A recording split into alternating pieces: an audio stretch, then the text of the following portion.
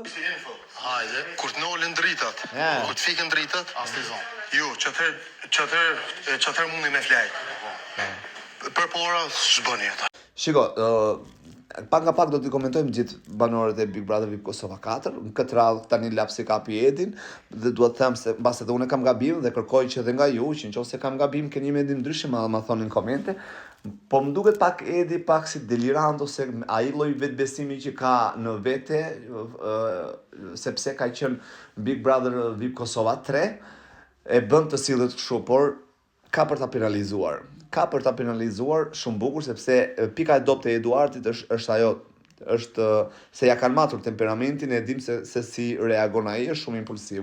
Dhe kjo është një pikë e dobët e tij, por ta dini që është e vërtetë që ai po lufton sepse është një lloj intimidimi kundrejt banorëve të tjerë, se ai ka qenë vjet dhe i bën ata të mendojnë që ky është ai zot shtëpie. Por jo, mbajini mend, ka për të dalë si një personazh aty. Nuk e di pse kam iden, ka për të dalë ai çuni në Italia, Klodiani, ai shkodrani që i prisit ata gjithmonë i jepte dorën. Kjo tregon një pjesë të edukatës, mënyra se si flet, mënyra se si sillet, se si dëgjon, pastaj flet.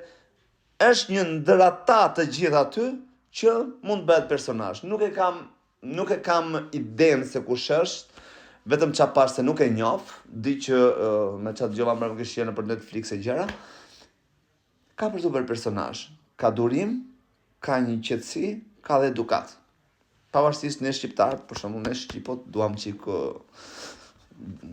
kështu ordinarliqe, që është e vërteta, por e shikoj që ai bën diferencën nga të gjithë ata aty, nga të gjithë. Kur të tjerët sot bënin batuta e këtë matë, e kanë vogël, kastravecja ndje këtej, pash një lloj mimike të tij që thoshte me vete, që ajo mimik të bën të mendosh që ka thënë me vete, po këta. Nuk e di, por është vetëm që unë e kam pikasur që ndoshta deri diku mund bëhet dikush, mund bëhet një personazh. Ka qetësi, ka edukat, ka mirësjellje, është i qeshur, ka gallat, është fani, edhe ka atë mënyrën e të folurit e ka shumë të lezetshme. Me tone pozitive. Por do të shohim.